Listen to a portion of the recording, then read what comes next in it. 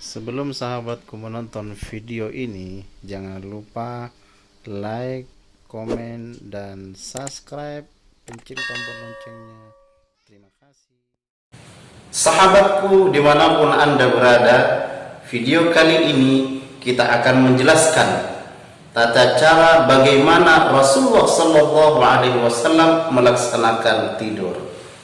Rasul bersabda di dalam hadis riwayat Bukhari dan Muslim, tidurlah kalian di atas perusuk sebelah kanan.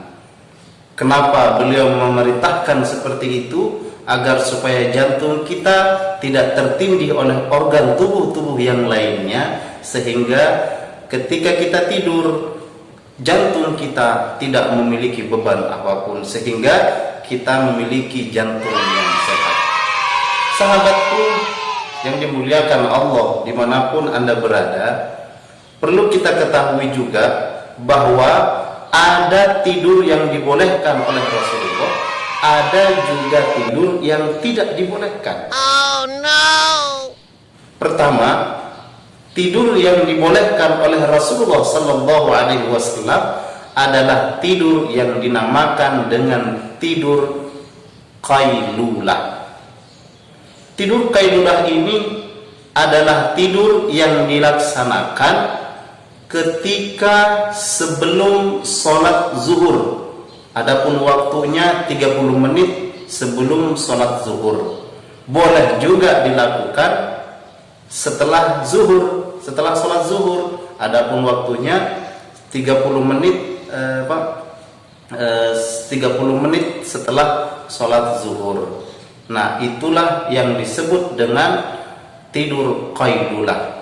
Dan adapun kenapa Rasulullah melaksanakannya sebelum zuhur, ada juga yang setelah zuhur, karena ketika itu Rasulullah ketika musim dingin beliau melaksanakannya sebelum sholat zuhur, dan apabila ketika musim panas beliau melakukannya setelah zuhur. Seperti itu sahabatku yang dimuliakan oleh Allah, itulah yang disebut dengan tidur qailulah, tidur yang dicintai oleh Rasulullah, tidur yang menyehatkan badan kita. Nah, adapun yang kedua ini dilarang sahabatku yang dimuliakan oleh Allah, dilarang oleh Rasulullah untuk kita tidur saat waktu ini.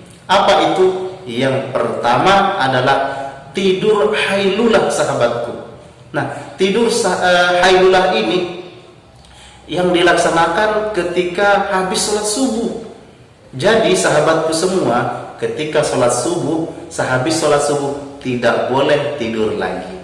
Alasannya kenapa? Kata Rasulullah SAW, jika kalian tidur setelah subuh, maka malaikat tidak akan memberikan rezeki kepada kalian. Karena ketika itu malaikat turun memberikan rahmat kepada orang yang senantiasa berzikir, mengingat Allah Subhanahu wa taala, mendekatkan diri kepada Allah. Maka oleh sebab itu tidur hailulah ini setelah sholat subuh dilarang oleh Rasulullah. Dia dipastikan tidak akan mendapatkan rezeki.